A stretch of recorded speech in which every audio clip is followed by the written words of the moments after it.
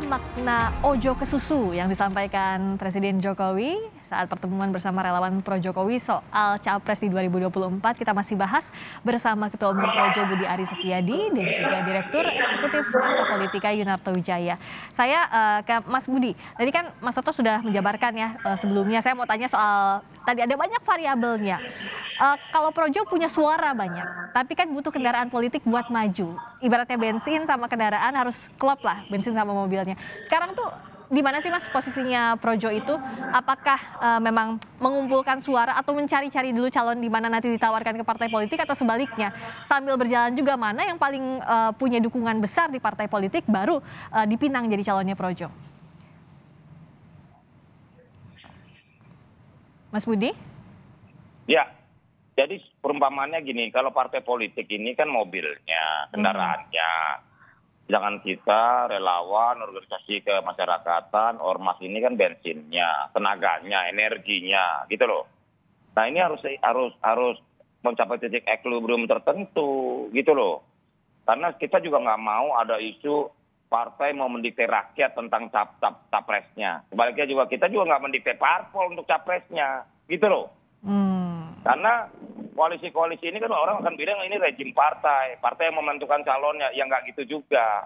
Saya pikir dalam demokrasi ini kan titik keseimbangan harus dijaga, mana partainya, figurnya, ini harus titik equilibriumnya sama. Toh ini kan kita untuk kepentingan bangsa kita juga, begitu loh. Okay. Kalau nggak mau kemenangan kan nggak bisa dong, gitu loh.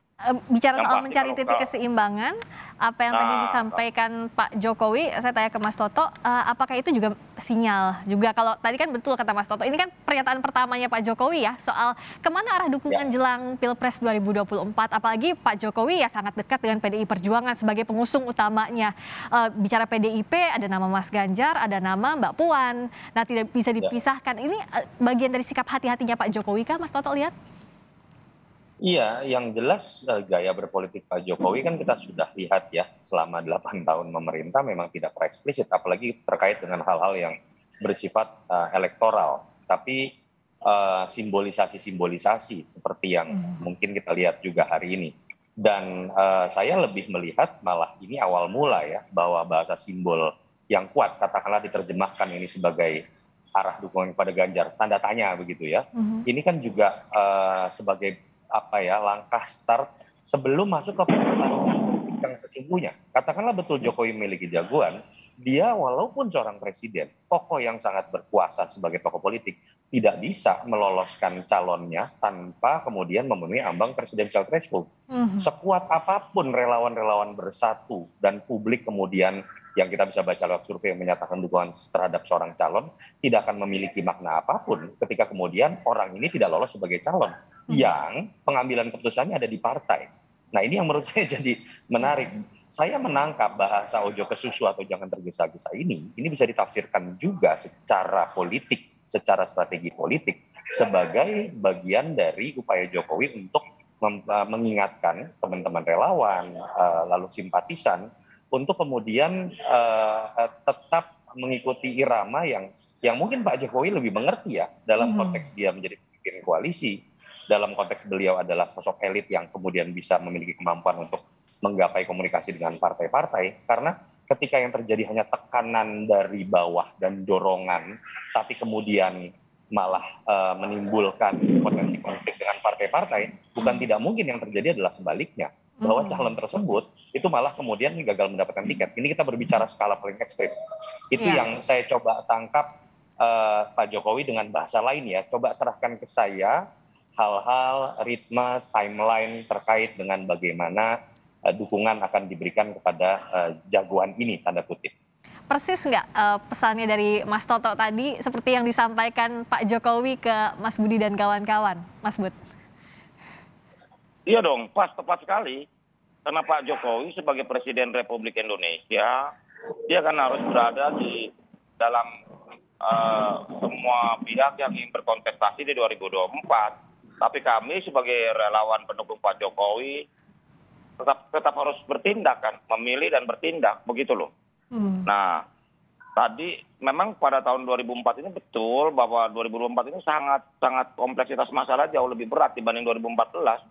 Karena di sini ada pertarungan di internal partai, ada dinamika koalisi baru yang juga mewarnai dinamika politik nasional. Dan tapi lingkungan strategisnya kan juga berubah. Tantangan-tantangan kita dalam berbangsa dan bernegara ini kan juga luar biasa loh. Harga-harga, disrupsi ekonomi, kondisi eksternalnya kan juga membuat lingkungan strategis dan tantangan-tantangan di 2024 juga kan nggak mudah, nggak gampang. Begitu loh. Sehingga kita juga harus mencari figur pemimpin yang mampu menjawab tantangan-tantangan dari dinamika yang ada yang terjadi di tengah masyarakat gitu loh. Tantangan 2014 dan tantangan 2024 beda. 2004 ini luar biasa kondisi eksternalnya, begitu loh. Selain tantangan tadi, tantangan isu strategis yang harus dihadapi nanti, tapi Mas Toto juga tentu melihat it will be everybody's game, karena kan Pak Jokowi nggak akan maju lagi, sudah tegas bilang bahwa tidak mau 3 periode, artinya ini bisa jadi siapa saja, dan perjuangan mendapatkan tiket dan kendaraan mana itu akan semakin sulit lah kita katakan dibandingkan 2019 lalu, gitu Mas Toto. Saya melihat begini ya, kan ada pertanyaan, pemilu masih 20 bulan lagi, katakanlah. Kenapa kemudian sinyalemen ini mulai diberikan? Ada yang bertanya juga seperti itu. Ini sebenarnya terkait dengan menurut saya ya, sebuah kesadaran dari Jokowi. Kalau kita lihat kan mungkin Pak Jokowi belajar dari apa yang terjadi dengan SBY. SBY 2 kali berkuasa tidak berhasil kemudian menjadi kingmaker politik. Bahkan partai tidak mendukung satu calon pun pada saat pemilu 2014 Prabowo melawan Jokowi. Nah, yang mungkin coba dipelajari dari Pak Jokowi adalah mungkin beliau tidak akan memiliki kekuatan sebesar kondisi sekarang ketika kemudian nanti menjelang masa pensiun. Kita tahu ada istilah lame duck government. Kita tahu ada istilah yang mengatakan ada kutukan periode kedua misalnya, yang memang mensyaratkan semakin dekat masa pensiun seorang presiden, kekuatan politiknya tidak besar ketika masa puncak. Sekarang Jokowi masih ada pada situasi yang jauh dari lame duck government.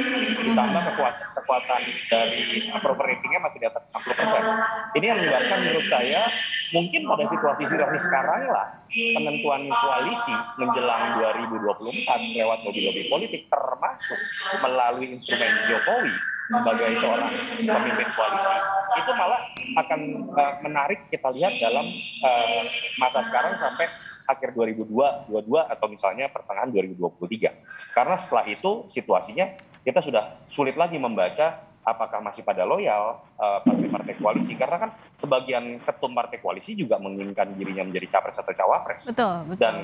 Dan ketika Pak Jokowi tidak mendukung, situasi bisa saja berubah ya terkait dengan loyalitas tersebut. Ini yang menyebabkan menurut saya kita bisa nilai apa yang dilakukan Jokowi sekarang, walaupun dinilai terlalu dini, tapi adalah pilihan tepat pada momen yang tepat ketika beliau masih memegang tampuk kekuasaan dalam situasi yang bisa dikatakan cukup kuat.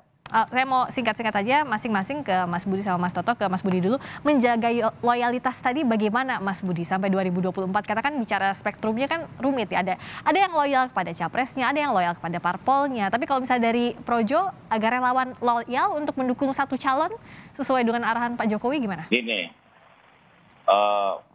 merah kata Pak Jokowi, merah kata Projo. Putih kata Pak Jokowi, putih kata Projo. Merah putih kata Pak Jokowi, merah putih kata Projo. Jadi kita tegak lurus, militan, ikut semua arahan dan komando Pak Jokowi dalam Pilpres 2024 ke depan. Itu sikap kami gitu loh. Oke. Pokoknya kami ikut semua perintah Pak Jokowi. Oke, ikut kata Pak Jokowi. Kalau Mas Toto melihatnya menjaga suara sampai 2024, baik itu tadi dari relawan, partai politik, atau misalnya Pak Jokowi ingin jadi kingmaker posisinya di 2024, apa yang jadi catatan? Pertama, harga paling mahal yang bisa ditawarkan oleh Pak Jokowi simple saja. Beliau harus mempertahankan kepuasan publik di angka tinggi sampai menjelang masa kampanye 2024 nanti, sehingga kemudian bargaining position dari Pak Jokowi sebagai kingmaker itu akan sangat besar di mata publik, relawan, simpatisan, sampai kemudian partai-partai. Karena kemungkinan besar kalau situasi seperti itu, siapapun yang didukung oleh Jokowi punya kemungkinan besar juga untuk menang. Yang kedua tentu saja adalah ketepatan strategi dari Pak Jokowi untuk mulai mengikat-ikat partai yang selama ini dianggap loyal dan menjadi pendukung, untuk kemudian mulai berkompromi di panggung belakang dan katakanlah memunculkan satu nama ya, walaupun mungkin jauh-jauh hari ini akan hanya terjadi di panggung belakang. Karena kalau itu telat dimainkan dalam situasi Pak Jokowi sudah menjelang masa pensiun, kekuatannya akan semakin berkurang. Dua variabel tadi, menjaga approval rating dan keberanian untuk kemudian berkompromi jauh-jauh hari terhadap partai-partai ketika situasinya masih menempatkan beliau di posisi kuat. Jaga momentum, termasuk ini kan masih 2 tahun lagi. Simpulannya tentu saja ojo kesusu jangan keburu-buru gitu ya untuk semua pihak. Terima kasih Mas Budi Aris Setiadi, Ketua Umum Projo. Terima kasih Mas Toto Yunarto Wijaya, Direktur Eksekutif Carta Politika telah bergabung di Kompas Petang. Sehat selalu, sampai jumpa lagi.